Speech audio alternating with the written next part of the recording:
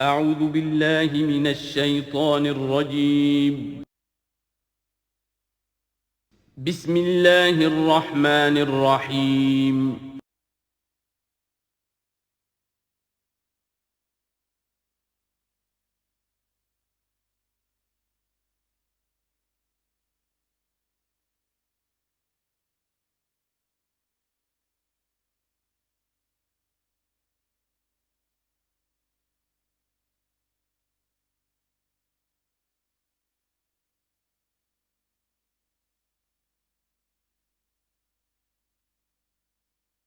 نحمده ونصلي على رسوله الكريم اما بعد فاعوذ بالله من الشيطان الرجيم بسم الله الرحمن الرحيم سيقول السفهاء من الناس ما ولاهم عن قبلتهم التي كانوا عليها قل لله المشرق والمغرب يهدي من يشاء الى صراط مستقيم صدق الله العظيم۔ اب یہ تحویل قبلہ کا مضمون براہ راست آ رہا ہے۔ اس کے لیے تمہیدی 2 رکوع ہم پڑھ چکے ہیں۔ حضرت ابراہیم کا تذکرہ جو معمار ہیں بیت اللہ کے، ابو الانبیاء ہیں، امام الناس ہیں، انہی کی ایک نسل بنی اسرائیل ہے، انہی کی ایک نسل بنی اسماعیل ہے۔ ان کا دین کیا تھا، اس کی بنیاد کیا تھی، انہوں نے اور خود ان کے پوتے حضرت یعقوب نے اپنی اولاد کو کس بات کی وصیت کی تھی، اب وہ اولاد مختلف پگڈنڈیوں پر چل کر کہاں کہاں پہنچ چکی ہے، یہ سارا پس منظر ہے اصل میں اس تحویل قبلہ کے لیے۔ اور تحویل قبلہ پر پورے 2 رکوع آ رہے ہیں۔ اس سے بسا اوقات یہ خیال پیدا ہوتا ہے، میرے ذہن میں بھی کبھی ہوتا تھا کہ یہ ایسی بڑی بات کیا تھی جس کے لیے قرآن مجید نے اتنے شد و مد کے ساتھ اور اس قدر تفصیل کے ساتھ بلکہ تکرار کے ساتھ بات کی۔ تو اصل میں اس کو یوں سمجھیے کہ ایک خاص مذہبی ذہنیت ہوتی ہے، اور وہ مذہبی ذہنیت یہ ہوتی ہے کہ اعمال کے ظاہر پر ان کی توجہ زیادہ مرکوز ہو جاتی ہے، اعمال کی جو روح ہے زیادہ اس کی طرف توجہ نہیں ہوتی۔ عوام الناس کا معاملہ یہی ہو جاتا ہے، ظواہر پر، رسومات پر، جو ظاہری شکلیں ہیں ان کی اہمیت، جو اصل دین ہے، روح دین ہے، جو مقاصد دین ہیں، ان کی طرف توجہ نہیں ہوتی۔ نتیجہ یہ ہوتا ہے کہ ظاہر میں ذرا سا فرق انہیں بہت محسوس ہوتا ہے، ذرا سا فرق ہو گیا، کسی نے رفع یدین کر لیا، قیامت آ گئی، معلوم ہوا یہ کوئی اور ہی آ گیا ہماری مسجد میں، یہ کون ہے، کسی نے آمین ذرا اونچا کہہ دیا، پھر قیامت آ گئی۔ یہ ساری چیزیں جو یہ خاص ایک ذہنیت ہوتی ہے، اس ذہنیت کے پس منظر میں یہ مسئلہ چھوٹا نہیں تھا۔ ایک تو یہ کہ جو قبائلی اور قومی پس منظر تھا اس کے حوالے سے سمجھیے، مکے میں جو لوگ ایمان لائے، ظاہر بات ہے ان سب کو عقیدت تھی خانہ کعبہ کے ساتھ، خود حضور کو تھی۔ آپ روتے ہوئے نکلے ہیں اور آپ نے یہ فرمایا تھا کہ اے کعبہ مجھے تجھ سے بڑی محبت ہے، لیکن تیرے یہاں کے رہنے والے مجھے یہاں رہنے نہیں دیتے۔ پھر یہ کہ وہ جو عقیدت اور محبت تھی وہ تمام مسلمانوں کے دلوں میں بھی تھی۔ مدینے میں آ کر آپ نے رخ بدل دیا۔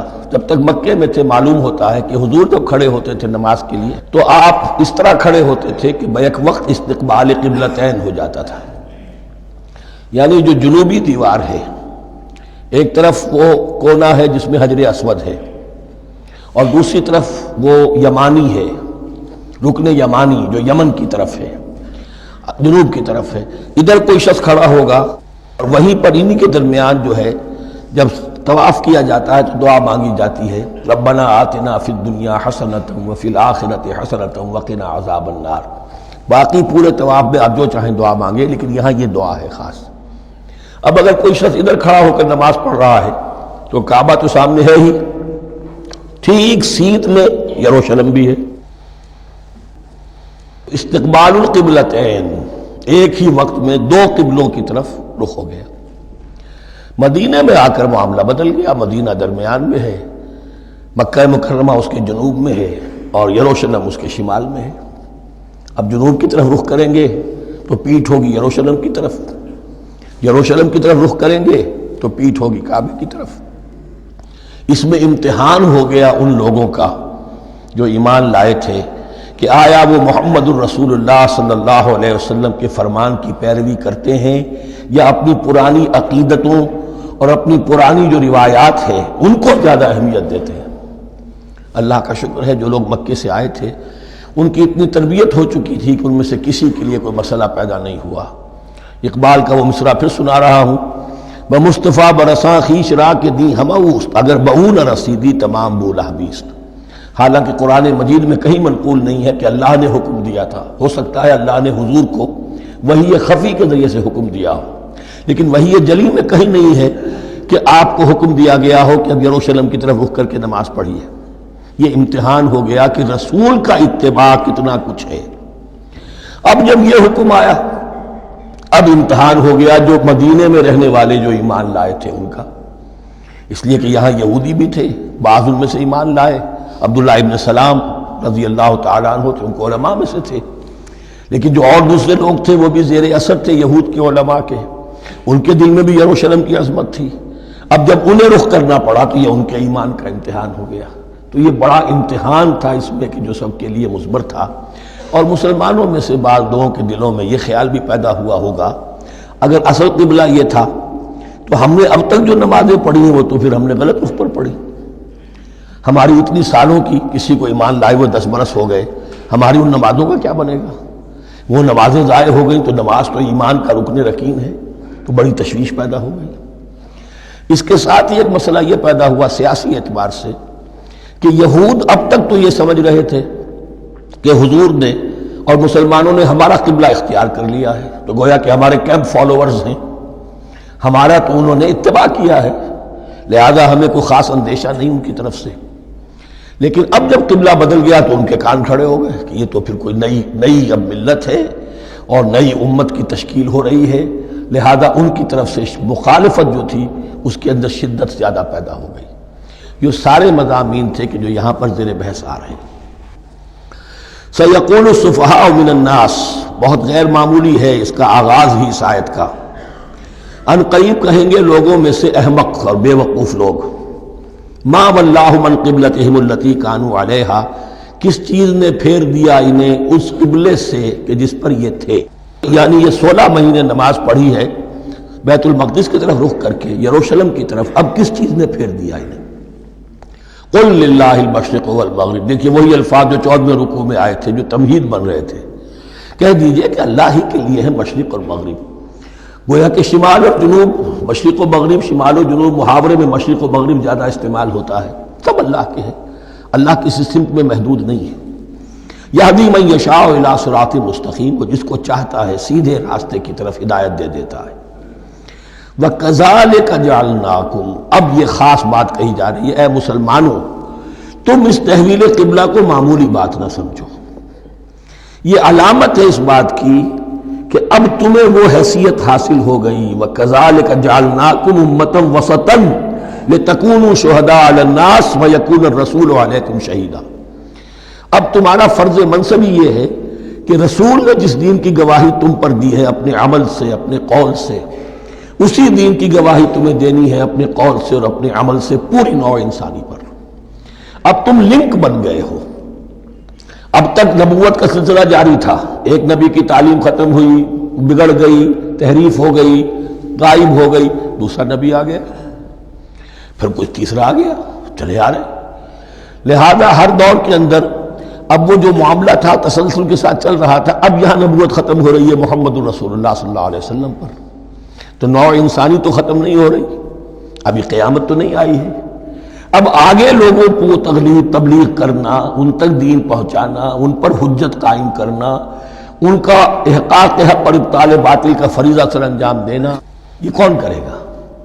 تو پہلے تو ہمیشہ اللہ کی طرف سے وہی جبریل لائے اور نبی کے پاس آ گئے، نبی نے لوگوں کو سکھا دیا۔ اب یہ کہ اللہ سے جبریل لائے محمد کے پاس، محمد نے سکھایا تمہیں، اور تمہیں سکھانا ہے پوری نوع انسانی کو، تو تم اب وہ درمیانی لنک ہو۔ وَكَذَلِكَ جَعَلْنَاكُمْ أُمَّةً وَسَطًا لِتَكُونُوا شُهَدَاءَ عَلَى النَّاسِ وَيَكُونَ الرَّسُولُ عَلَيْكُمْ شَهِيدًا، یہ مضمون زیادہ کھلے گا چل کر سورہ حج کی آخری آیات میں۔ اسی طرح سے مراد یہ کہ تحویل قبلہ ایک مظہر ہے اس کا، اس سے اب تم اپنی ذمہ داریوں کا اندازہ کرو، صرف خوشیاں نہ مناؤ، جشن نہ مناؤ، بلکہ یہ کہ یہ ایک بہت بڑی ذمہ داری کا بوجھ ہے جو تم پر آ گیا۔ کبھی ہم نے اپنے بندے محمد کے کاندھوں پر جب یہ بوجھ رکھا تھا تو ان سے بھی کہا تھا صلی اللہ علیہ وسلم انا سنلقی علیک قولا ثقیلا، اے نبی ہم آپ پر ایک بھاری بات ڈالنے والے ہیں۔ وہی بھاری بات بہت بڑے پیمانے پر اب تمہارے کندھوں پر آ گئی ہے۔ وَكَذَلِكَ جَعَلْنَاكُمْ أُمَّةً وَسَطًا لِتَكُونُوا شُهَدَاءَ عَلَى النَّاسِ وَيَكُونَ الرَّسُولُ عَلَيْكُمْ شَهِيدًا وَمَا جَعَلْنَا الْقِبْلَةَ الَّتِي كُنْتَ عَلَيْهَا، اور ہم نے نہیں قرار دیا تھا اس قبلے کو جس پر کہ اے نبی آپ پہلے تھے۔ یعنی یہ دو طرح کی بات ہو سکتی ہے، وہی خفی سے اللہ نے فرمایا ہو کہ اے محمد اب کچھ عرصے کے لیے یروشلم کی طرف رخ کر کے نماز پڑھو، وہی جلی میں نہیں ہے، اور یہ بھی ہو سکتا ہے یہ حضور کا اجتہاد ہو اور اسے اللہ نے قبول فرما لیا ہو۔ دونوں باتوں کا امکان موجود ہے۔ حضور کے اجتہاد پر اگر اللہ کی طرف سے نفی نہ آئے تو وہ گویا اللہ کی طرف سے۔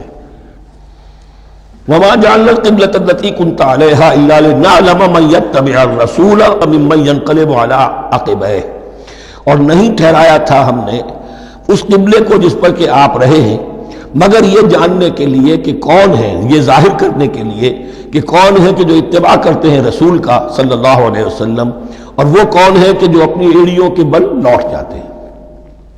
یعنی مدینے میں آ کر اگر کوئی مکے کا مسلمان کہتا صاحب یہ قبلہ مجھے قبول نہیں ہے، وہ واپس ہو جاتا، ایسا ہوا نہیں۔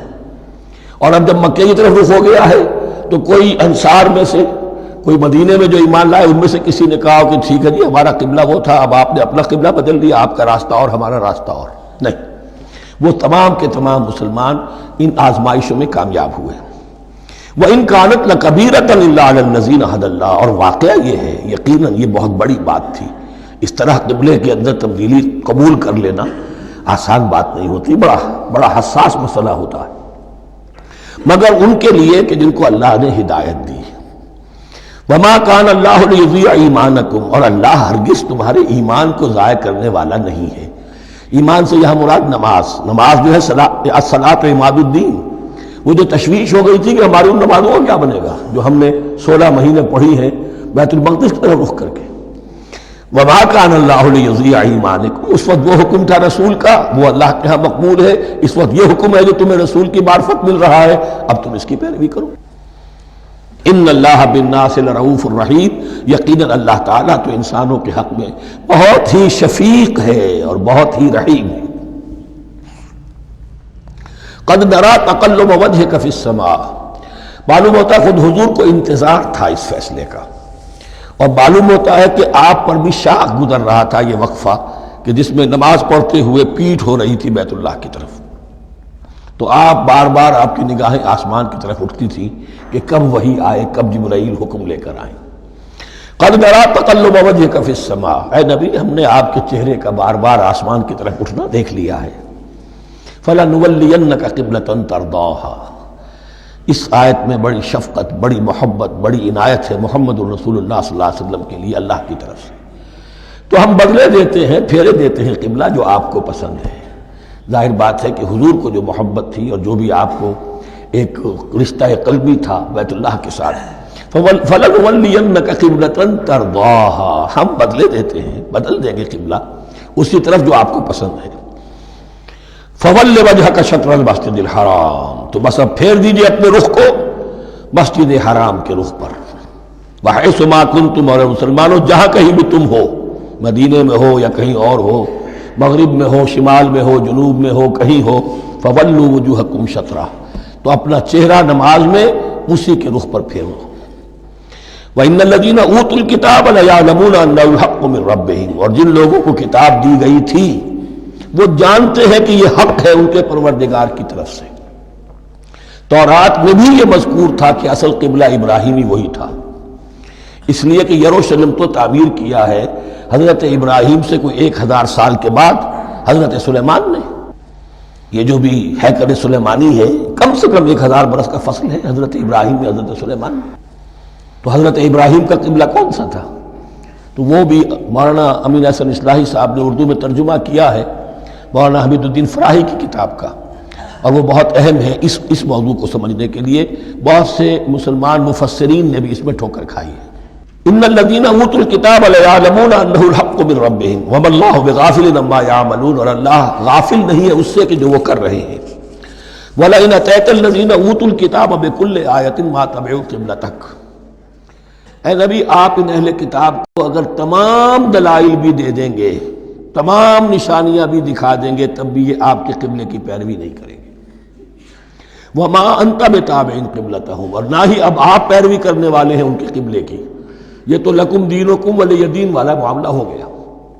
وَمَا بَعْضُهُمْ بِتَابِعٍ قِبْلَةَ بَعْضٍ، حد یہ ہے کہ یہ خود جو ہے آپس میں ایک دوسرے کے قبلے کی پیروی نہیں کرتے، یعنی نصارہ اور یہود اگرچہ یروشلم سب کا قبلہ ہے، لیکن عین یروشلم میں جا کر جو یہودی ہیں وہ مغربی گوشے کو اختیار کرتے تھے، مغرب کی طرف رخ کرتے تھے ہیکل سلیمانی میں، اور جو نصارہ ہے وہ مشرق کی طرف، اس لیے کہ حضرت مریم سلام علیہا نے جو اعتکاف کیا تھا مکاناً شرقیہ، وہ جو مکان تھا ان کا جہاں اعتکاف تھا، جہاں فرشتہ ان کے پاس آیا ہے، وہ ہیکل کے کسی شرقی گوشے میں تھا، تو انہوں نے عیسائیوں نے اسی کو اپنا شرقی گوشے کو قبلہ بنا لیا۔ وَلَئِنِ اتَّبَعْتَ أَهْوَاءَهُمْ، اور اے نبی اگر بالفرض آپ نے ان کی خواہشات کی پیروی کی، من بعد ما جاءك من العلم، اس کے بعد کہ آپ کے پاس العلم صحیح علم آ چکا ہے، إِنَّكَ إِذًا لَّمِنَ الظَّالِمِينَ، تو آپ بھی پھر ظلم کرنے والوں میں سے ہو جائیں گے، معاذ اللہ۔ الذین آتیناہم الکتاب یعرفونہ کما یعرفون ابناءہم، جن لوگوں کو ہم نے کتاب دی یعنی تورات اور انجیل کے جو صحیح ماننے والے ہیں، یہ نکتہ یہاں نوٹ کر لیجئے، تورات اور انجیل کے ماننے والوں میں سے غلط کاروں کے لیے مجہول کا صیغہ آتا ہے، اوتوا الکتابہ، جنہیں کتاب دی گئی تھی، اور جو ان میں سے ٹھیک تھے صحیح رخ پر تھے ان کے لیے معروف کا صیغہ ہوتا ہے جنہیں کتاب ہم نے دی تھی۔ یہ انداز جو ہے معروف اور مجہول کا، یہ آپ دیکھیں گے کہ فرق ہوگا، جہاں ان کی کسی غلط بات کا تذکرہ ہوگا الذین اوتوا الکتاب، اور جہاں اچھی بات کا تو وہاں یہ کہ جو آتیناہم الکتاب، الذین آتیناہم الکتاب یعرفونہ کما یعرفون ابناءہم، وہ ایسے ہی پہچانتے ہیں اس کو۔ ہو کی ضمیر قبلے کی طرف بھی ہے، اور ہو کی ضمیر محمد الرسول اللہ کی طرف بھی ہے، ہو کی ضمیر قرآن کی طرف بھی ہے، ایسے پہچانتے ہیں جیسے اپنے بیٹوں کو۔ وَإِنَّ فَرِيقًا مِّنْهُمْ، اور یقیناً ان میں سے ایک گروہ وہ ہے لَيَكْتُمُونَ الْحَقَّ وَهُمْ يَعْلَمُونَ، جو جانتے بوجھتے حق کو چھپاتے ہیں۔ الحق من ربک، یہ حق ہے آپ کے رب کی طرف سے، فلا تکونن من الممترین، تو آپ ہرگز نہ بنے شک کرنے والوں میں۔ یہ حضور سے خطاب ہو رہا ہے، اور حضور کی وساطت سے اصل میں ہر مسلمان سے خطاب ہو رہا ہے، یہ بات ان سے کہی جا رہی ہے کہ اس میں کوئی شک اپنے پاس متانے دو، یہ تو حق ہے تمہارے پروردگار کی طرف سے۔ وَلِكُلٍّ وِجْهَةٌ هُوَ مُوَلِّيهَا، ہر ایک کے لیے ہم نے ایک رخ معین کر دیا جس کی طرف کہ وہ رخ کرتا ہے۔ فَاسْتَبِقُوا الْخَيْرَاتِ، تو مسلمانوں تمہارے لیے ایک رخ تو ہم نے معین کر دیا بیت اللہ کا، ایک باطنی رخ کیا ہے؟ نیکیوں میں ایک دوسرے سے آگے بڑھنے کی کوشش کرو۔ ایک ہے ظاہر، نماز کا ظاہر ہے، آپ نے قبلے کی طرف رخ کر لیا ہے، آپ نے وضو کیا ہے، ایک نماز کا باطن ہے، خشوع ہے، خضوع ہے، حضور قلب حاصل ہے، رقت ہے، معلوم ہے کس کے سامنے حاضری ہے۔ اسی طریقے سے قبلہ ایک تو یہ ہے جو کہ کعبہ ہے بیت اللہ ہے، ایک یہ فاستبقوا الخیرات، تم ہر نیکی کے اندر ایک دوسرے سے آگے بڑھنے کی کوشش کرو۔ اینما تکونوا یأتی بکم اللہ جمیعا، جہاں کہیں بھی ہوگے اللہ تم سب کو لے آئے گا، جمع کر دے گا۔ ان اللہ علی کل شیء قدیر، یقینا اللہ تعالی ہر چیز پر قادر ہے۔ ومن حیث خرجت فول وجهک شطر المسجد الحرام، اور جدھر سے بھی آپ کا نکلنا ہو، کہیں سفر کریں، کہیں بھی جائیں، تو آپ اپنا رخ پھیر دیجئے مسجد حرام کی طرف۔ وَإِنَّهُ لَلْحَقُّ مِن رَبِّكَ، اور یہ یقیناً حق ہے آپ کے رب کی طرف سے۔ وَمَا اللَّهُ بِغَافِلٍ عَمَّا تَعْمَلُونَ، اور اللہ غافل نہیں اس سے کہ جو تم کر رہے ہو۔ یہاں بظاہر جو ہے کلام حضور سے ہے، اصل میں مسلمانوں سے خطاب ہے بواسطہ محمد صلی اللہ علیہ وسلم۔ وَمِنْ حَيْثُ خَرَجْتَ فَوَلِّ وَجْهَكَ شَطْرَ الْمَسْجِدِ الْحَرَامِ وَحَيْثُ مَا كُنْتُمْ فَوَلُّوا وُجُوهَكُمْ شَطْرَهُ، اور دیکھو جہاں بھی تم نکلو اپنا رخ کرو مسجد حرام کی طرف۔ امریکہ میں جاؤ تب بھی رخ ہوگا مسجد حرام کی طرف، روس میں جاؤ رخ تمہارا ہوگا مسجد حرام کی طرف۔ وَحَيْثُ مَا كُنْتُمْ، اور اے مسلمانوں جہاں کہیں بھی تم ہو، فَوَلُّوا وُجُوهَكُمْ شَطْرَهُ، تو اپنے چہروں کو پھیر دو اسی کے رخ پر۔ لِأَلَّا يَكُونَ لِلنَّاسِ عَلَيْكُمْ حُجَّةٌ، تاکہ نہ رہے لوگوں کے پاس تمہارے خلاف کوئی دلیل۔ اب اس بات کو سمجھ لیجئے کہ چونکہ تورات میں لکھا ہوا تھا کہ نبی آخر الزمان کا قبلہ کعبہ ہوگا، اگر حضور یہ قبلہ اختیار نہ کرتے تو علماء یہود حجت قائم کرتے مسلمانوں پر کہ دیکھو تورات میں تو یہ لکھا ہے اور انہوں نے وہ اختیار نہیں کیا. تو یہ گویا کہ ان کے اوپر اتمام حجت بھی ہو رہا ہے اور قطع عذر بھی ہو رہا ہے، ان کی حجت کی جڑ بھی کٹ رہی ہے. الا الذین ظلموا منہم، سوائے ان میں سے ان کے جو ظالم ہیں، اعتراض کرنے کے لیے لاکھ انہوں نے پھر بھی ہیلے بہانے بنائی لینے ہیں. فلا تخشوہم، تو اے مسلمانوں ان سے نہ ڈرو، واخشونی، مجھ سے ڈرو. وَلِأُتِمَّ نِعْمَتِي عَلَيْكُمْ. اور یہ جو تحویل قبلہ ہوئی ہے اور محمد الرسول اللہ صلی اللہ علیہ وسلم کی بعثت کی بنیاد پر ایک نئی امت کو شکل دی جا رہی ہے اور اسے اب امامت الناس سے سرفراز کیا جا رہا ہے، وراثت ابراہیمی اب اسے منتقل ہو گئی ہے. یہ اس لیے ہے وَلِأُتِمَّ نِعْمَتِي عَلَيْكُمْ، اپنی نعمت میں تم پر اس کا اتمام فرما دوں، مکمل کر دوں. وَلَعَلَّكُمْ تَهْتَدُونَ، اور تاکہ تم ہدایت یافتہ بن جاؤ. کما ارسلنا فیکم رسولا، جیسے کہ ہم نے بھیج دیا ہے تم میں ایک رسول. اب یہ دعا ابراہیم و اسماعیل یاد کر لیجئے. ربنا وبعث فیہم رسولا منہم یتلو علیہم آیاتک ویعلمہم الکتاب والحکمت ویزکیہم. اب گویا کہ وہاں تو دعا تھی اور یہ 3000 سال کے بعد اس دعا کا ظہور ہو رہا ہے بعثت محمدی کی شکل میں. کما ارسلنا فیکم رسولا منکم، جیسے کہ ہم نے بھیج دیا ہے تم میں رسول اپنا، تم ہی میں سے. یتلو علیکم آیاتنا، وہ تلاوت کرتا ہے تم پر ہماری آیات. ویزکیکم، تمہیں پاک کرتا ہے، تزکیہ کرتا ہے تمہارا. ویعلمکم الکتاب والحکمہ، اور تمہیں تعلیم دیتا ہے کتاب و حکمت کی. ویعلمکم ما لم تکونوا تعلمون، اور تمہیں تعلیم دے رہا ہے ان چیزوں کی جو تمہیں معلوم نہیں تھی. یہاں ایک نکتہ بڑا اہم ہے، حضرت ابراہیم اور اسماعیل کی دعا میں جو ترتیب تھی یہاں اللہ نے اس کو بدل دیا ہے. وہاں کیا تھا؟ تلاوت آیات، تعلیم کتاب و حکمت، پھر تزکیہ. یہاں کیا ہے؟ تلاوت آیات، پھر تزکیہ، پھر تعلیم کتاب و حکمت. اب ظاہر بات ہے کہ حضرت ابراہیم حضرت اسماعیل نے جو بات کہی وہ بھی غلط تو نہیں ہو سکتی، لیکن ہم یہ کہہ سکتے ہیں کہ اس کی امپرووڈ فارم یہ ہے جو اللہ تعالیٰ کی طرف سے دی گئی، اس لیے کہ تزکیہ مقدم ہے. اگر نیت صحیح نہیں ہے تو تعلیم کتاب و حکمت مفید نہیں ہوگی بلکہ گمراہی میں اضافہ ہوگا. نیت کج ہے تو گمراہی بڑھتی چلی جائے گی. اور تزکیہ کا حاصل کیا ہے؟ نیت درست ہو جائے، اخلاص، نحن لہ مخلصون. اگر یہ نہیں ہے تو جتنا پڑھو گے، جتنے بڑے عالم ہوگے، شیطان بھی بن سکتے ہو. بڑے بڑے فتنے عالموں نے اٹھائے ہیں. یہ جو دین اکبری تھا یا دین الہی تھا، اکبر کے تو باپ دادا کو کبھی خیال نہیں آ سکتا تھا اس کا. یہ پٹی پڑھانے والے کون تھے؟ ابو الفضل اور فیضی جیسے علماء، بہت بڑے علماء. اسی طرح غلام احمد قادیانی، اس کو اصل میں جو بھی پٹیاں پڑھائی ہیں وہ تو پڑھائی حکیم نور الدین نے جو بہت بڑا عالم تھا، اہل حدیث عالم تھا. تو در حقیقت بہت بڑا عالم ہوگا، اگر اس کی کج ہو گئی نیت تو اتنا ہی بڑا فتنہ اٹھا دے گا. اس پہلو سے تزکیہ مقدم ہے، اور اس کا ثبوت یہ ہے، یہی مضمون سورہ آل عمران میں آیا، یہی مضمون پھر سورہ جمعہ میں آئے گا. وہاں بھی ترتیب یہی ہے، تینوں جگہ پر اللہ کی طرف سے ترتیب یہی ہے. یتلو علیکم آیاتنا ویزکیکم، تمہیں ہماری آیات پڑھ کر سنا رہا ہے اور تمہارا تزکیہ کرتا ہے. ویعلمکم الکتاب والحکمہ، اور اس تزکیے کے بعد پھر تعلیم کتاب و حکمت. ویعلمکم ما لم تکونوا تعلمون، اور تمہیں سکھا رہا ہے جو کچھ علم تمہیں حاصل نہیں تھا. فاذکرونی اذکرکم، پس مجھے یاد رکھو، میں تمہیں یاد رکھوں گا. یہ بہت بڑا میثاق ہے اور بہت بڑا وعدہ ہے، بہت بڑا وعدہ. اور یہاں تک حدیث میں پھر اس کی شرح آئی ہے، میرا بندہ اگر مجھے اپنے دل میں یاد کرتا ہے میں بھی اسے اپنے جی میں یاد کرتا ہوں. اور میرا بندہ اگر میرا ذکر کسی محفل میں کرتا ہے تو میں اس سے بہت اعلیٰ محفل میں اس کا ذکر کرتا ہوں. اس کی محفل تو بہت بلند و بالا ہے، ملائے اعلیٰ کی محفل ہے، فرشتے ملائکہ مقربین کی محفل ہے.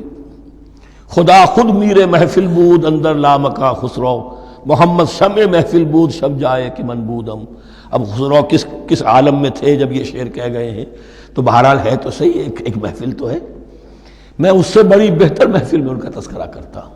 فاذکرونی اذکرکم واشکروا لی ولا تکفرون، اور میرا شکر کرو، میری نعمتوں کا ادراک کرو، اس کا شعور حاصل کرو، اس پر زبان سے بھی شکر ادا کرو، اپنے عمل سے بھی، جوارح سے بھی ان نعمتوں کا حق ادا کرو. یہاں وہ 18 رکوع ختم ہو گئے، نصف اول اس سورہ مبارکہ کا مکمل ہو گیا۔ اب آگے سے خطاب ہے یا ایھا الذین آمنوا، ایک نئی امت آ گئی، چارٹر اس کا آ گیا۔ کیوں بنایا گیا تمہیں؟ لتکونوا شہداء علی الناس ویکون الرسول علیکم شہیدا، تم اب لنک ہو ہمیشہ ہمیشہ کے لیے محمد اور پوری نوع انسانی کے درمیان۔ اسی لیے وہ حدیث بھی تو ہے جو علماء حق ہوتے ہیں ان کے بارے میں فرمایا علماء امتی کا انبیاء بنی اسرائیل، میری امت کے علماء کا مقام وہی ہے جو بنی اسرائیل کے علماء کا، اس لیے کہ اب نبوت تو ختم ہو گئی محمد پر صلی اللہ علیہ وسلم، لیکن یہ کتاب تو ہے، اس کا پہنچانا تو ہے، اس کو عام تو کرنا ہے، حجت تو قائم کرنی ہے، اور صرف تبلیغ سے نہیں عمل کر کے دکھانا ہے، وہ نظام قائم کر کے دکھانا ہے جو محمد عربی نے قائم کیا صلی اللہ علیہ وسلم، تب حجت قائم ہوگی۔ اس کے لیے تمہیں قربانیاں دینی ہوں گی، مشکلیں جھیلنی ہوں گی، جان و مال کا نقصان برداشت کرنا ہوگا، آرام سے گھر بیٹھے ٹھنڈے پیٹوں کفر جگہ نہیں چھوڑ دے گا اور حق نہیں آ جائے گا، کفر کو ہٹانے کے لیے اور باطل کو ختم کرنے کے لیے اور حق کو قائم کرنے کے لیے تن من دھن تمہیں لگانے ہوں گے۔ اب دیکھیے وہ قول آ رہی ہے یا ایھا الذین آمنوا استعینوا بالصبر والصلاۃ، یہی وہ الفاظ تھے کہ وہ جو 7 آیتیں تھیں جن کو میں نے کہا تھا خطاب میں بنی اسرائیل میں وہ بمنزلہ فاتحہ ہیں، ان میں الفاظ آئے تھے واستعینوا بالصبر والصلاۃ وانھا لکبیرۃ الا علی الخاشعین الذین یظنون انہم ملاقو ربہم وانہم الیہ راجعون۔ اب وہی خطاب یہاں ہو رہا ہے یا ایھا الذین آمنوا استعینوا بالصبر والصلاۃ، یہ میں بیان وہاں کر چکا ہوں، ان اللہ مع الصابرین، جان لو کہ اللہ صبر کرنے والوں کے ساتھ ہے۔ اس بیعت سے کیا مراد ہے؟ ایک بات تو متفق علیہ ہے، اللہ کی مدد، اللہ کی تائید، اللہ کی نصرت ان کے شامل حال ہے۔ باقی یہ کہ اللہ تعالیٰ جہاں کہیں بھی ہم ہیں ہمارے ساتھ ہے، کس طرح ہے یہ ہم نہیں جانتے، لیکن یہ فرمایا اس نے کہ میں تو تمہاری دگے جان سے بھی زیادہ قریب ہوں۔ وَلَا تَقُولُوا لِمَنْ يُقْتَلُ فِي سَبِيلِ اللَّهِ أَمْوَاتٌ، اب پہلے ہی قدم پر قتل کی بات آ گئی۔ شرط اول قدم ہی نست کہ مجنوں باشی، پہلا قدم یہ ہے جانے دینے کے لیے تیار ہو جاؤ۔ وَلَا تَقُولُوا لِمَنْ يُقْتَلُ فِي سَبِيلِ اللَّهِ أَمْوَاتٌ، مت کہو ان کو کہ جو اللہ کی راہ میں قتل ہو جائیں مردہ، وہ مردہ نہیں ہے، بل احیاء، وہ زندہ ہے، وَلَٰكِن لَا تَشْعُرُونَ، لیکن تمہیں اس کا شعور نہیں ہے۔ شہداء جو اللہ کی راہ میں قتل ہو جائیں ان کے لیے یوم آخر تک کا انتظار نہیں ہے، ان کو براہ راست جنت پہ داخلہ ملتا ہے۔ قیل ادخل الجنہ قال یا لیت قومی یعلمون بما غفر لی ربی وجعلنی من المکرمین، وہاں تاخیر نہیں ہے، لہذا وہ تو زندہ ہیں۔ یہی مضمون پھر آئے گا سورہ آل عمران میں اور زیادہ نکھر کر، وَلَنَبْلُوَنَّكُمْ بِشَيْءٍ مِّنَ الْخَوْفِ وَالْجُوعِ۔ اب یہ ہے کہ پہلے سے دکھا دیا، اللہ تعالیٰ دھوکہ نہیں دینا چاہتا۔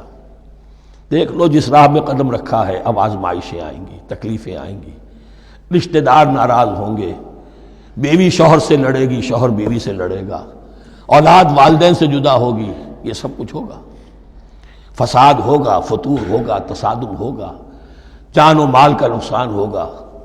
وَلَنَبْلُوَنَّكُمْ، ہم لازماً آزمائیں گے تمہیں بِشَيْءٍ مِّنَ الْخَوْفِ، خوف کی کیفیت سے، وَالْجُوعِ، بھوک، فاقے، کیسے کیسے فاقے آئے ہیں، کیا ہوا ہے غزوہ احزاب میں، کیا ہوا ہے جو اس سے بعد جو جیش العسرہ ہے، تبوک کی جنگ ہے، وَنَقْصٍ مِّنَ الْأَمْوَالِ وَالْأَنفُسِ وَالثَّمَرَاتِ، اور نقصانات ہوں گے مالی بھی جانی بھی، اور ثمرات۔ اب ثمرات یہاں دو معنی دے رہا ہے، چونکہ مدینے والوں کی جو تھی اصل جو ان کی معیشت تھی وہ زرعی تھی، پھل، خاص طور پر کھجور، یہ ان کی پیداوار تھی، جسے آج کل آپ کہتے ہیں کیش کراپ جو ہے ان کی وہ یہ تھی۔ اب ایسا بھی ہوگا کہ فصل تیار کھڑی ہے، اگر اسے اتارا نہ کھجور سے تو ضائع ہو جائے گی، اور ادھر سے تبوک کا حکم آ گیا نکلو اللہ کی راہ، یہ ساری فصل ضائع ہو جائے گی۔ امتحان ہو گیا کہ نہیں؟ اور اس کے علاوہ ایک اور ہے اس کا مفہوم، انسان کچھ بہت محنت کرتا ہے، جد و جہد کرتا ہے، کیریئر بناتا ہے، اپنا ایک مقام بنا لیتا ہے اس کیریئر میں، اس پروفیشن میں، اس راستے پر آتا ہے تو کچھ اور ہی شکل اختیار کرنی پڑتی ہے۔ وہ تجارت کے زمانے میں جو محنت کی تھی، وہ کیریئر کو اب جمانے میں جو محنت کی تھی، وہ سارا کا سارا معاملہ جو ہے وہ کھو کر پھر اس وادی میں آنا پڑتا ہے۔ وَلَنَبْلُوَنَّكُمْ، یہ بھی ثمرات ہیں نا، محنت کے ثمرات۔ وَلَنَبْلُوَنَّكُمْ بِشَيْءٍ مِّنَ الْخَوْفِ وَالْجُوعِ وَنَقْصٍ مِّنَ الْأَمْوَالِ وَالْأَنفُسِ وَالثَّمَرَاتِ وَبَشِّرِ الصَّابِرِينَ، اور اے نبی بشارت دیجئے صابروں کو، صبر کرنے والوں کو۔ یہ کون ہے؟ الذین اذا اصابتہم مصیبۃ، وہ لوگ کہ جن کو جب بھی کوئی مصیبت آئے قالوا انا للہ وانا الیہ راجعون، وہ کہتے ہیں ہم اللہ ہی کے تو ہیں، اللہ ہی کی طرف ہمیں لوٹ جانا ہے، کل بھی جانا تھا، آج چلے جائیں، حاضر ہیں، جتنی جلدی بلا لیں۔ نشان مرد مومن باتوں گویم جو مرگ آیا تبسم مر لبے اوست، مرد مومن کی تو نشانی یہی ہے کہ جب موت آئے تو مسرت کے ساتھ اس کے چہرے پر، اس کے ہونٹوں پر مسکراہٹ ہو۔ یہ ایمان، جو میں نے کہا تھا لٹمس ٹیسٹ یہ ہے کہ بندہ مومن اس دنیا میں زیادہ رہنے کی خواہش نہیں کر سکتا۔ لائف از اے لائبلٹی، جو لمحہ آ رہا ہے اس کا حساب دینا ہوگا، تو جتنی عمر بڑھ رہی ہے حساب بڑھ رہا ہے۔ It's not an asset, it's a liability. اور الدنیا سجن المومن و جنت الکافر، یہ تو مومن کے لیے ایک قید خانہ ہے، ہاں کافروں کی جنت۔ وَبَشِّرِ الصَّابِرِينَ الَّذِينَ إِذَا أَصَابَتْهُمْ مُصِيبَةٌ قَالُوا إِنَّا لِلَّهِ وَإِنَّا إِلَيْهِ رَاجِعُونَ أُولَٰئِكَ عَلَيْهِمْ صَلَوَاتٌ مِّن رَّبِّهِمْ وَرَحْمَةٌ، یہ ہیں وہ لوگ کہ جن پر ہر وقت اللہ کی عنایتوں کا نزول ہوتا رہتا ہے اور رحمت کی بارش ہوتی رہتی ہے۔ وَأُولَٰئِكَ هُمُ الْمُهْتَدُونَ، اور یہی لوگ ہیں ہدایت یافتہ، جنہوں نے واقعتاً ہدایت کو اختیار کیا ہے۔ اور جو ایسے مرحلے پر ٹھٹک کر کھڑے رہ جائیں، پیچھے رہ جائیں، پیچھے بیٹھ جائیں، پیٹھ موڑ لیں، وہ گویا کہ ختم ہوا ان کا معاملہ۔ اب چونکہ اس معاملے میں بحث ہو گئی تھی خانہ کعبہ کی بھی، پھر اسی میں مقام ابراہیم کی بات آ گئی تھی، تو کچھ ذہنوں میں سوال پیدا ہوا کہ یہ جو حج کے مناسک میں صفا اور مروہ جو ہے، یہ بھی تو آخر اسی کا تو ان کی کیا حقیقت ہے، کوئی حقیقت ہے یا نہیں؟ فرمایا ان الصفا والمروۃ من شعائر اللہ، یہ بھی اللہ کے شاعر میں سے ہے۔ شاعر کسے کہتے ہیں؟ وہ چیز جو شعور بخشے، تو وہ چیزیں کہ جن کے ساتھ اولو العزم پیغمبروں یا اولو العزم انسانوں، اولو العزم اولیاء اللہ کے کچھ حالات و واقعات کا کوئی ذہنی سلسلہ قائم ہوتا ہو، وہ گویا کہ شعور دلانے والے ہوتے ہیں، یاد دلانے والے ہوتے ہیں، اللہ تعالیٰ کی طرف ذہن کو لے جانے والے ہوتے ہیں، اس اعتبار سے شاعر۔ ان الصفا والمروۃ من شعائر اللہ فمن حج البیت او اعتمر فلا جناح علیہ ان یطوف بہما، تو جو کوئی بھی ہمارے گھر کا حج کرے، بیت اللہ کا حج کرے یا عمرہ کرے، اعتمر، فلا جناح علیہ، تو کوئی حرج نہیں ہے اس پر، ان یطوف بہما، کہ ان دونوں کا بھی طواف کرے، وہ جو 7 چکر لگائے جاتے ہیں، ان الصفا والمروہ۔ ومن تطوع خیرا، جو شخص جان بوجھ کر بھلا کام کرتا ہے، فإن اللہ شاکر علیم، تو جان لو اللہ بڑا قدردان ہے۔ اب شکر انسان کرتا ہے تو اس کے معنی کیا ہوں گے؟ احسان مند ہونا۔ وہی شکر اللہ کرتا ہے شکور، اس کے کیا معنی ہوں گے؟ قدردانی، میرے بندے نے یہ کام کیا، میرے بندے نے میرے لیے یہ محنت کی، یہ قربانی دی۔ ان اللہ شاکر علیم، اور جانتا ہے، چاہے کسی اور کو پتہ نہ چلے، اسے تو معلوم ہے۔ اگر تم نے اللہ کی رضا جوئی کے لیے کسی کو کوئی مالی مدد دی ہے اس حال میں کہ جو کچھ داہنے ہاتھ نے دیا ہے بائیں کو بھی خبر نہیں ہونے دی، خدا یہ کہ کسی اور انسان کے سامنے اس کا تذکرہ ہو، تو اب یہ جو ہے اللہ کے تو علم میں ہے۔ اگر تو اللہ سے اجر و ثواب چاہتے ہو تو اس کا ڈنڈورا پیٹنے کی کوئی ضرورت نہیں، اور اگر تم نے لوگوں کو دکھانے کے لیے کیا تھا تو وہ تو شرک ہو گیا، لائبلٹی ہو گئی۔ ان الذین یکتمون ما انزلنا من البینات، اب یہاں پھر کچھ آخری یوں سمجھیے کہ یہ اب جس کو کہتے ہیں موپنگ اپ آپریشن، بات مضمون تو پورا ختم ہو گیا لیکن کچھ نہیں صحیح چیزیں ابھی ہیں سابقہ امت مسلمہ کے بارے میں کہنے کی، وہ مزید ایڈ کی جا رہی ہیں۔ ان الذین یکتمون ما انزلنا من البینات والہدی من بعد ما بیناہ للناس فی الکتاب اولئک یلعنهم اللہ یلعنهم اللاعنون، یقیناً وہ لوگ جو چھپاتے ہیں اس شے کو جو ہم نے نازل کی ہے بینات میں سے اور ہدایت میں سے، اس کے بعد کہ ہم نے ان کو واضح کر دیا ہے لوگوں کے لیے کتاب میں، وہ لوگ ہیں کہ جن پر لعنت کرتا ہے اللہ، اور لعنت کرنے والے ہیں، کرتے ہیں تمام لعنت کرنے والے۔ یعنی علم ایک بہت بڑی جو ہے امانت ہے، اس علم کا چھپانا، کتمان حق، ہم آیت پڑھ آئے ہیں وَمَنْ أَظْلَمُ مِمَّنْ يَكْتُمُ شَهَادَةً عِنْدَهُ مِنَ اللَّهِ، اگر اللہ کی طرف سے کوئی گواہی کسی کے پاس ہے اور وہ اسے چھپا لے تو اس سے بڑا ظالم کون ہوگا؟ اب انہی کی وضاحت ہو رہی ہے، کیسی کیسی کھلی شہادتیں تورات اور انجیل میں تھیں اور ان کو یہ چھپائے پھر رہے۔ ان الذين يكتمون ما انزلنا من البينات والهدى من بعد ما بيناه للناس في الكتاب اولئك يلعنهم الله ويلعنهم اللاعنون الا الذين تابوا واصلحوا وبينوا، سوائے ان کے کہ جو توبہ کرے، رجوع کرے اور اپنی اصلاح کر لے اور اب واضح کرے وہ شے کہ جو انہوں نے چھپائی ہوئی تھی اسے ظاہر کرے۔ فاولئک اتوب علیہم، تو ان کی توبہ میں قبول کروں گا اور ان کی طرف میں نگاہ التفات میں اپنی پھر ان کی طرف متوجہ کر دوں گا۔ وَأَنَا التَّوَّابُ الرَّحِيمُ، اور میں تو ہوں ہی توبہ کا قبول کرنے والا اور رحم فرمانے والا۔ إِنَّ الَّذِينَ كَفَرُوا وَمَاتُوا وَهُمْ كُفَّارٌ، یقیناً جن لوگوں نے کفر کیا اور وہ مرے اسی حال میں کہ کفر پر قائم تھے، أُولَٰئِكَ عَلَيْهِمْ لَعْنَةُ اللَّهِ وَالْمَلَائِكَةِ وَالنَّاسِ أَجْمَعِينَ، ان پر تو لعنت ہے اللہ کی بھی اور فرشتوں کی بھی اور تمام انسانوں کی بھی۔ خالدین فیہا، اس لعنت کی کیفیت میں وہ اب ہمیشہ رہیں گے۔ لا یخفف عنہم العذاب، نہ ان پر سے عذاب کے اندر کوئی کمی کی جائے گی، ولا ہم ینظرون، نہ انہیں کوئی مہلت ملے گی کہ عذاب کا تسلسل ذرا سی دیر کے لیے وقفہ ہو جائے، سانس لینے کی مہلت مل جائے۔ ولا ہم ینظرون۔ وَإِلَٰهُكُمْ إِلَٰهٌ وَاحِدٌ، سن لو تمہارا الہ اور معبود ایک ہی الہ ہے۔ لا الہ الا هو الرحمن الرحیم، اس کے سوا کوئی الہ نہیں ہے اور وہ رحمان ہے اور رحیم ہے۔ اب جو آیت آ رہی ہے اس کے پڑھنے سے پہلے ایک بات سمجھ لیجئے کہ یہ جو اب 22 رکوعوں کا مضمون ہم پڑھ رہے ہیں، مجھے یہ بات آج شروع میں واضح کرنی چاہیے تھی، اس میں ترتیب کیا ہے۔ میں پہلے عرض کر چکا ہوں کہ پہلے 18 رکوعوں کی تقسیم ورٹیکل کی ہے ہم نے، 18 کو 4 رکوع ادھر، 10 درمیان میں، پھر 4 ادھر۔ یہاں اب چلے گی ہاریزونٹل تقسیم، افقی تقسیم، اور اس کی بھی شکل کیا ہے کہ 4 مضامین ہیں کہ جو تانے بانے کے ساتھ بنے ہوئے ہیں، یا 4 لڑیاں ہیں مضمون کی کہ جن کو بٹ کر رسی بنا دیا گیا۔ وہ 4 مضامین کیا ہیں؟ مسلمانوں سے خطاب میں ان کے لیے عبادات اور احکام اور شرائع، یہ واجب ہے، یہ کرنا ہے، یہ حلال ہے، یہ حرام ہے، نماز فرض ہے، روزہ فرض ہے، وغیرہ وغیرہ۔ اور 2 لڑیاں جہاد بالمال، جہاد بالنفس۔ جہاد بالنفس کی آخری انتہا قتال ہے، جہاں انسان نقد جان ہاتھ پر رکھ کر، ہتھیلی پر رکھ کر میدان میں حاضر ہو جاتا ہے۔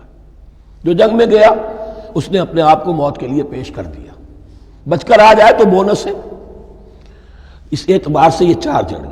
شریعت کو 2 حصوں میں تقسیم کیجئے، عبادات اور پھر بقیہ احکام شریعت، معاملات، جن میں خاص طور پر شوہر اور بیوی کا تعلق جو ہے وہ سب سے اہم ہے۔ لہذا اس صورت میں آپ دیکھیں گے تفصیلی احکام آئیں گے آئلی قوانین کے ضمن میں۔ دوسری طرف جہاد بالمال یعنی انفاق، اللہ کی راہ میں خرچ کرنا، اور جہاد بالنفس جس کی آخری منزل قتال۔ اب یہ 4 لڑیاں اس طرح سے ہیں، فرض کیجئے ایک لال لڑی ہے، ایک پیلی ہے، ایک نیلی ہے، ایک ہری ہے، ان کو بٹ دیا گیا ہے۔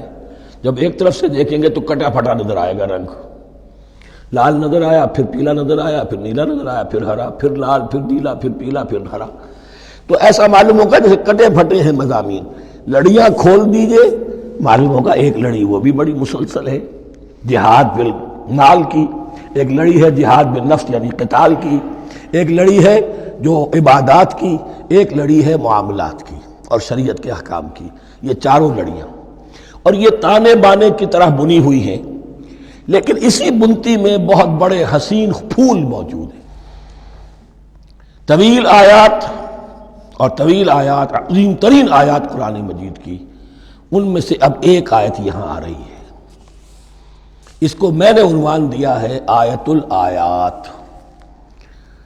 ان فی خلق السماوات والارض واختلاف اللیل والنہار والفلک التي تجری فی البحر بما ينفع الناس وما انزل الله من السماء من ماء فاحیا به الارض بعد موتها وبث فيها من كل دابة وتصريف الرياح والسحاب المسخر بين السماء والارض لآيات لقوم يعقلون۔ اتنے فینومینا آف نیچر کسی ایک آیت میں جمع نہیں ہے قرآن. اللہ تعالیٰ تمام فینومینا آف نیچر کو اپنی آیتیں قرار دیتا ہے. آسمان اور زمین کی تخلیق، رات اور دن کا الٹ پھیر مختلف جگہوں پر، اور یہ جو ستارے ہیں اور یہ جو بھی نباتات ہیں زمین کی، ان میں سے آیتیں ہی آیت. لیکن ان آیت الآیات کو جس طرح یہاں ایک آیت میں سمویا ہے، یہ حکمت کا ایک بہت بڑا پھول ہے، بہت بڑا پھول جو ان 4 لڑیوں کی بنتی کے اندر آ گیا ہے. یقیناً آسمان اور زمین کی تخلیق میں اور رات اور دن کے الٹ پھیر میں اور اس جہاز میں یا کشتی میں جو چلتی ہیں سمندر میں یا دریاؤں میں، وہ سامان لے کر جو لوگوں کو نفع دیتا ہے، بما ينفع الناس وما انزل اللہ من السماء من ماء، اور اس پانی میں کہ جو اللہ نے اتارا ہے آسمان سے، فاحیا به الارض بعد موتها، اور پھر اس سے وہ زندہ کر دیتا ہے زمین کو اس کے مردہ ہو جانے کے بعد. بے آب و گیا زمین پڑی تھی، بارش ہوئی ہے، اسی میں سے روئیدگی آ گئی ہے. وبث فیہا من کل دابہ، اور یہ تمام حیوانات اور چرند اور پرند جو اس کے اندر پھیلا دیے گئے ہیں. وتصریف الریاح، اور یہ ہواؤں کا چلنا جو ہے، کبھی پروا چل رہی ہے، کبھی پچھمی چل رہی ہے، کبھی مشرق سے آ رہی ہے، کبھی مغرب سے آ رہی ہے، تصریف الریاح ہے. والسحاب المسخر بین السماء والارض، اور ان بادلوں میں کہ جو معلق کر دیے گئے آسمان اور زمین کے درمیان. لآیات لقوم یعقلون، ان سب میں آیات ہیں، نشانیاں ہیں ان لوگوں کے لیے جو عقل سے کام لیں. ان کو دیکھو اور ان کے خالق کو، مدبر کو پہچانو. آیات ہیں، اور ان کے آیات کے پہچاننے کا جو عملی نتیجہ نکلنا چاہیے، اور جس کو عام طور پر لوگ نہیں پہنچ پاتے جس تک، اب اگلی آیت میں اس کا تذکرہ ہے. نتیجہ تو نکلنا یہ چاہیے کہ پھر محبوب اللہ ہی ہو، شکر اسی کا ہو، اطاعت اسی کی ہو، عبادت اسی کی ہو. جب سورج میں کچھ نہیں، یہ تو اللہ نے اس کو بنایا ہے، یہ حرارت جو ہے اللہ نے دی ہے، چاند میں کچھ نہیں، ہوائیں چلانے والا کوئی وہی تو ہے. تو اب کسی شے کے لیے کوئی شکر نہیں، کسی شے کے لیے کوئی عبادت نہیں، کوئی ڈنڈوت نہیں، کوئی سجدہ نہیں، بلکہ صرف اللہ کے لیے. اور وہی مطلوب و مقصود بن جائے، وہی محبوب ہو. لا محبوب الا اللہ، لا مقصود الا اللہ، لا مطلوب الا اللہ.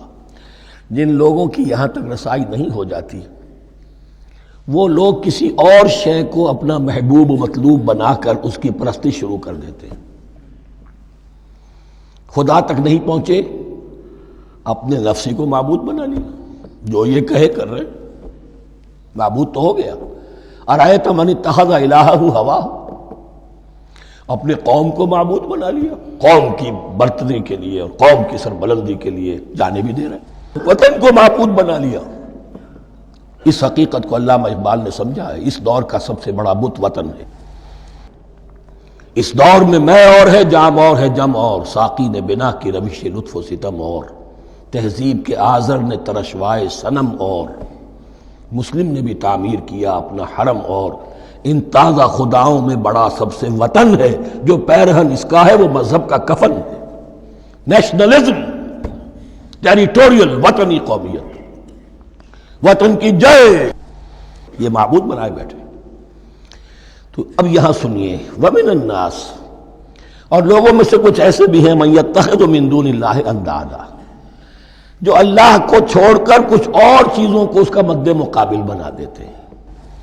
وطن کو بنا لیا، قوم کو بنا لیا، ہیومنزم، انسانیت، نوع انسانی، ہم اس کے خدمتگار ہیں، ہم اس کی بہتری کے لیے کام کر رہے ہیں، یہ بھی ایک معبود بن گیا. اور سب سے گھٹیا انسان وہ ہے کہ اپنے ہی حسن کا دیوانہ بنا پھرتا ہوں، اپنا ہی نفس ہے، اسی کے گر چکر لگا رہا ہے، وہی حریم ہے اس کا، وہی حرم ہے اس کا، اور وہ طواف کر رہا ہے اپنے نفس کا، تو وہ بھی تو اس کا ایک معبود ہے. لوگوں میں سے وہ بھی ہیں کہ جو اللہ کو چھوڑ کر کسی اور چیز کو اس کا مد مقابل بنا دیتے ہیں. یحبونہم کحب اللہ، اور ان سے محبت کرنے لگتے ہیں جیسی کہ اللہ سے کرنی چاہیے. یہ فلسفہ ہے اصل میں، ہندی میں سے آدرش کہتے ہیں، عربی میں نصب العین، انگلش میں آئیڈیل. ہر باشعور انسان کسی شے کو اپنا آئیڈیل بناتا ہے اور اس سے پھر محبت کرتا ہے، اس کے لیے جیتا ہے، اس کے لیے مرتا ہے. قربانیاں دیتا ہے، اثار کرتا ہے، قوم کے لیے قربانی، وطن کے لیے قربانی، فلاح کے لیے قربانی، خود اپنی ذات کے لیے قربانی۔ یحبونہ کحب اللہ، یہ سارے کام تو اللہ کے لیے کرنے کے تھے۔ جیو اللہ کے لیے، مرو اللہ کے لیے، محبت اس سے کرو۔ ان صلاتی و نسکی و محیای و مماتی للہ رب العالمین۔ تم نے اپنی یہ ساری نسبتیں کسی اور شے کے ساتھ وابستہ کر دی، تم نے اللہ کا مد مقابل تراش لیا۔ می تراشت فکر ما ہر دم خدا بندے دیگر، رست از یک بند تا افتاد در بندے دیگر۔ انسان معبود تراشتا رہتا ہے اپنے ذہن سے، اور ان کے لیے محبت کرتا ہے، جانیں دیتا ہے، قربانیاں دیتا ہے۔ وَمِنَ النَّاسِ مَن يَتَّخِذُ مِن دُونِ اللَّهِ أَندَادًا يُحِبُّونَهُمْ كَحُبِّ اللَّهِ، یہ مضمون بھی سورہ حج میں زیادہ واضح ہوگا۔ وَالَّذِينَ آمَنُوا أَشَدُّ حُبًّا لِلَّهِ، پھر یہ لٹمس ٹیسٹ کا لفظ میری زبان پر آ رہا ہے، اور جو لوگ واقعتاً صاحب ایمان ہوتے ہیں ان کی شدید ترین محبت ہوتی ہے اللہ کے ساتھ۔ اگر یہ نہیں ہے، اگر یہ نہیں تو بابا پھر سب کہانیاں ہیں۔ کوئی شے اللہ سے زیادہ محبوب ہو گئی وہ تمہاری معبود ہے، تم نے اللہ کو چھوڑ دیا، چاہے وہ دولت ہی ہے، چاہے عبد الدینار و عبد الدرہم، ہلاک و برباد ہو جائے درہم و دینار کا بندہ۔ نام عبد الرحمن ہے، حقیقت میں عبد الدینار ہے۔ دینار آنا چاہیے، حرام سے آئے، حلال سے آئے، جائز سے آئے، ناجائز سے آئے، تو معبود اللہ نہیں ہے، معبود دینار ہے۔ ہندو نے یہ کیا کہ لکشمی دیوی کی ایک مورتی بنا کر پوجنا شروع کر دیا۔ یہ لکشمی دیوی اگر ذرا مہربان ہو جائے گی دولت آ جائے گی۔ ہم نے کہا ہٹاؤ اس درمیان کے لنک کو، سیدھے ہی دولت کو کیوں نہ پوجو، پیٹرو ڈالر کو پوجو، ڈالر کو پوجو، ترک وطن کرو، ماں باپ کو چھوڑو یہاں سے سکتا ہوا کہ مر رہے ہیں اور کوئی ان کا بیٹا ان کی بیٹی ان کے پاس نہیں، کس لیے؟ ڈالر۔ کون معبود ہوا؟ وَمِنَ النَّاسِ مَن يَتَّخِذُ مِن دُونِ اللَّهِ أَندَادًا يُحِبُّونَهُمْ كَحُبِّ اللَّهِ وَالَّذِينَ آمَنُوا أَشَدُّ حُبًّا لِلَّهِ وَلَوْ يَرَى الَّذِينَ ظَلَمُوا إِذْ يَرَوْنَ الْعَذَابَ أَنَّ الْقُوَّةَ لِلَّهِ جَمِيعًا، اور کاش کہ دیکھ لیتے یہ لوگ جو اس شرک میں اور اس گناہ میں مبتلا ہیں، ظلم شرک کے معنی، جب وہ دیکھیں گے عذاب کو اور یہ بات واضح ہو جائے گی کہ قوت تو ساری کی ساری اللہ کے ہاتھ میں ہے، کسی کے پاس کچھ نہیں۔ وَأَنَّ اللَّهَ شَدِيدُ الْعِقَابِ، اور یہ کہ اللہ سزا شدید العذاب، اللہ سزا دینے میں بہت سخت ہے۔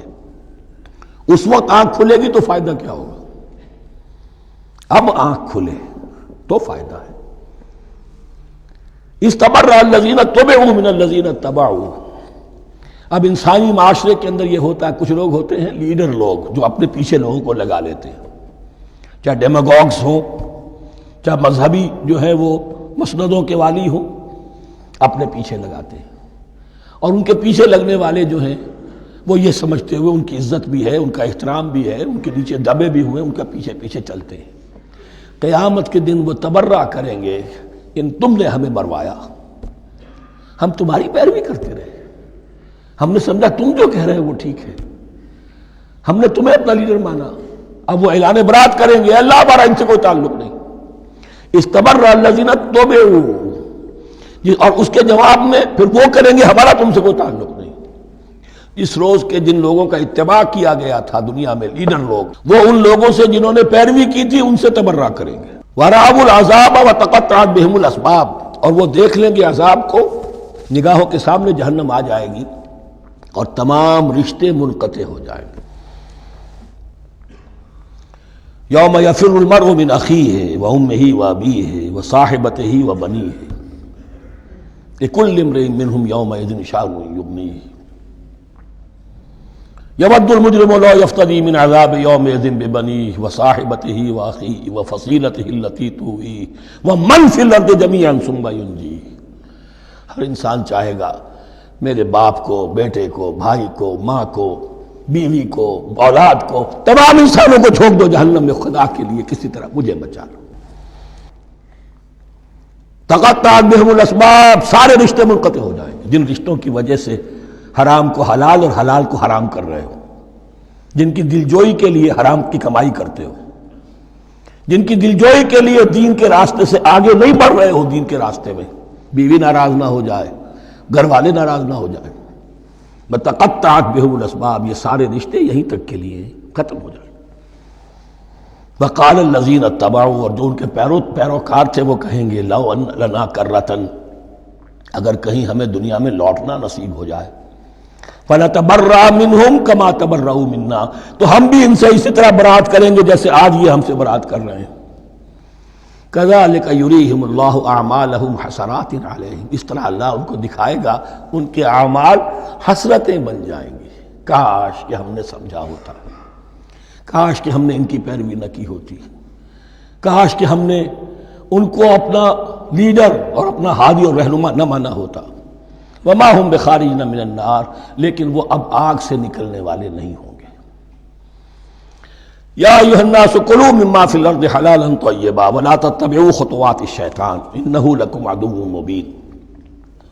اے لوگو، زمین میں جو کچھ حلال اور طیب ہے، حلال ہے اور پاک ہے، صاف ستھری چیز اور حلال چیز، وہ کھاؤ، اور شیطان کے نقش قدم کی پیروی نہ کرو. انہ لکم عدو مبین، یقیناً وہ تمہارے لیے کھلا دشمن ہے. یہ بحث اصل میں کھلے گی سورہ انعام میں جا کر. وہاں عرب میں یہ رواج تھا، بتوں کے نام پر کوئی جانور چھوڑ دیتے تھے، جیسے ہندوؤں میں بھی تھی رواج، ہم نے تو بچپن میں دیکھا ہے. کوئی سانڈ چھوڑ دیا، کسی کے کان جو ہے وہ چیر دیے، یہ فلاں بت کے لیے ہے، فلاں دیوی کے لیے ہے. اب اسے کوئی کچھ نہیں کہہ سکتا تھا، وہ جہاں چاہیں وہ منہ ماریں جا کر ان کا، اور پھر ان کا ظاہر بات ہے ان کا گوشت کیسے کھایا جا سکتا تھا. تو عرب میں بھی یہ رواج تھے، اور ابھی تک اس کے کچھ نہ کچھ ریزیڈول ایفیکٹس تھے.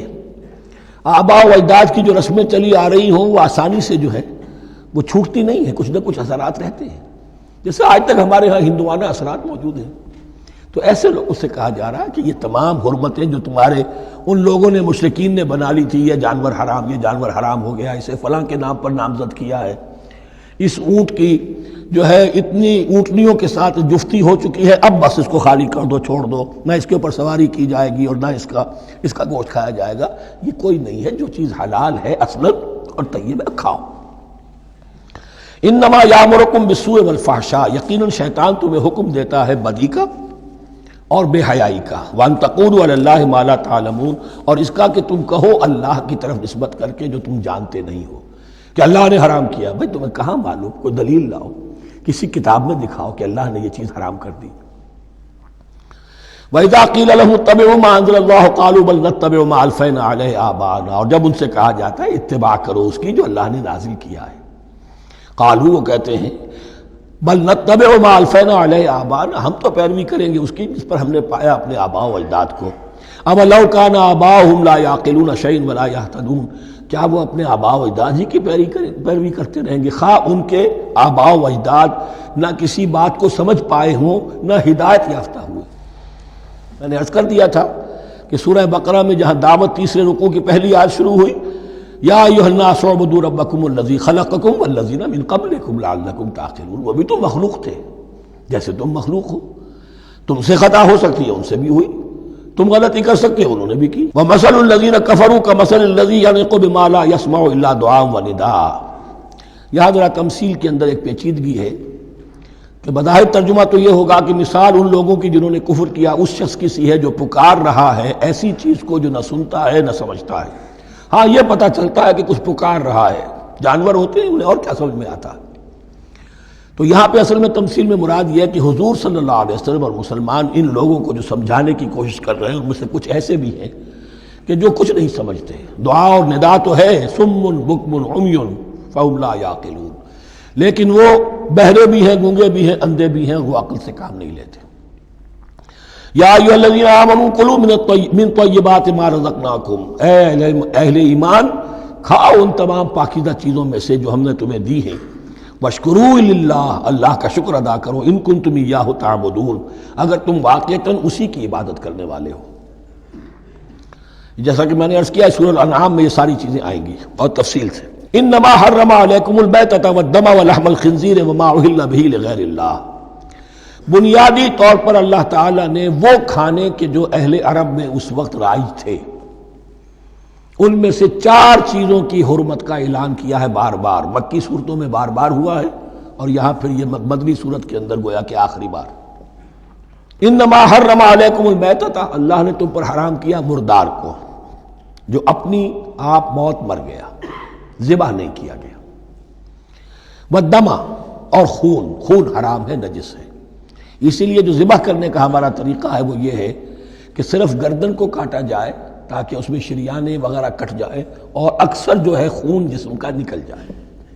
اگر جھٹکا کیا جائے جیسے سکھ کرتے تھے، ایک ہی تلوار کے وار سے گردن اڑا دی بکری کی، یا یہ کہ جیسے کہ یورپ وغیرہ میں ہوتا ہے، تو پھر وہ خون اندر رہ جاتا ہے جسم کے، اس کے اندر پھر وہ اینٹھن نہیں ہوتی اس حیوان کے جسم میں کہ جس سے خون جو ہے وہ باہر چلا جائے، تو وہ لحم الخنزیر، اور تیسری چیز ہے خنزیر کا گوشت، اور چوتھی چیز وما اہل بہ لغیر اللہ، اور وہ کہ جس پر پکارا گیا ہو کسی کا نام اللہ کے سوا۔ اب اس میں ایک چیز تو یہ ہے کہ جسی شے کو ذبح کرتے ہوئے کسی بت کا، کسی دیوی کا، کسی دیوتا کا تذکرہ کیا، وہ تو حرام مطلق ہو ہی گیا، اس کا گوشت کھانا حرام مطلق ہے۔ لیکن اسی کے تابع یہ ہوگا کسی بزرگ کا قرب حاصل کرنے کے لیے اس کے مزار پر لے جا کر وہاں ذبح کیا جا رہا ہے، پوچھیں گے تو ہم تو اللہ کے لیے ذبح کر رہے ہیں، تو اللہ کے لیے تو اپنے گھر میں بھی کر سکتے تھے ذبح، یہاں کیوں لائے ہو؟ اس کو تم نے کسی اعتبار سے اس صاحب قبر کا جو ہے اس کا تقرب حاصل کرنے کا ذریعہ بنایا۔ یہ چیزیں بھی اسی کے تابع ہو جائیں گی۔ اللہ کے لیے کرنا تو ہر جگہ کر سکتے ہو، ہم تو صرف ایصال ثواب کے لیے کر رہے ہیں، تو اپنے گھر میں بیٹھ کر کرو گے تو کیا ایصال ثواب نہیں ہو جائے گا؟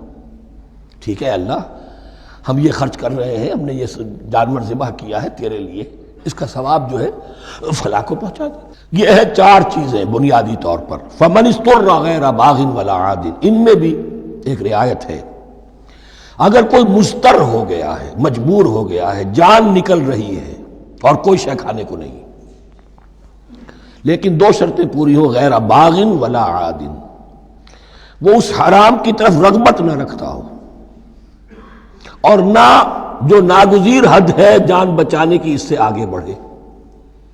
صرف جان بچانے کے لیے مردار کا گوشت بھی کھا سکتا ہے، سور کا گوشت بھی کھا سکتا ہے، جو بھی چاہے، جان بچانے کے لیے یہ رک سکتے ہیں، لیکن اس شے کی طرف کوئی رغبت المیلان طبیعت میں نہ ہو۔ یہ اللہ تو جانتا ہے، اگر تو معاملہ اس سے ہے تو اس سے تو چھپی ہوئی بات نہیں ہے، اور جتنا ناگزیر ہے جان بچانے کے لیے اس سے آگے نہ بڑھے۔ فلا اسم علیہ، ان دو شرطوں کے ساتھ جان بچانے کے لیے حرام چیز بھی کھائی جا سکتی ہے۔ ان اللہ غفور الرحیم، یقیناً اللہ غفور الرحیم ہے۔ ان الذین یکتمون ما انزل اللہ من الکتاب ویشترون بہ ثمنا قلیلا، یقیناً وہ لوگ جو چھپاتے ہیں اس کو جو اللہ نے نازل کیا ہے کتاب میں سے اور فروخت کرتے ہیں انہیں بہت حقیر سی قیمت پر، اولئک ما یاکلون فی بطونہم الا النار، یہ لوگ نہیں بھر رہے اپنے پیٹوں میں مگر آگ۔ ولا یکلمہم اللہ یوم القیامہ، اللہ ان سے کلام نہیں کرے گا قیامت کے دن۔ ولا یزکیہم، نہ انہیں پاک کرے گا۔ ولہم عذاب علیم، ان کے لیے دردناک عذاب ہے۔ اولئک الذین اشتروا الضلالۃ بالہدی، یہ ہیں وہ لوگ کہ جنہوں نے ہدایت دے کر ضلالت خرید لی ہے، والعذاب بالمغفرہ، اور مغفرت اللہ کی اپنے ہاتھ سے دے کر عذاب خرید لیا ہے۔ فما اصبرہم علی النار، تو کتنا ہے ان کا حوصلہ آگ کے لیے، بڑے صابر ہیں اس جہنم کی آگ کے لیے، کس طرح تیاری کر رہے ہیں۔ ذالک بان اللہ نزل الکتاب بالحق، یہ اس لیے کہ اللہ نے تو کتاب نازل کی حق کے ساتھ۔ وان الذین اختلفوا فی الکتاب لفی شقاق بعید، اور یقیناً جن لوگوں نے کتاب اور شریعت میں پھر یہ پگڈنڈیاں نکالی، اختلاف کی، وہ بڑی ہی دشمنی میں اور بڑی ہی شقاوت کے اندر مبتلا ہو گئے۔ بارک اللہ لی ولکم فی القرآن العظیم ونفعنی وإیاکم بالآیات والذکر الحکیم۔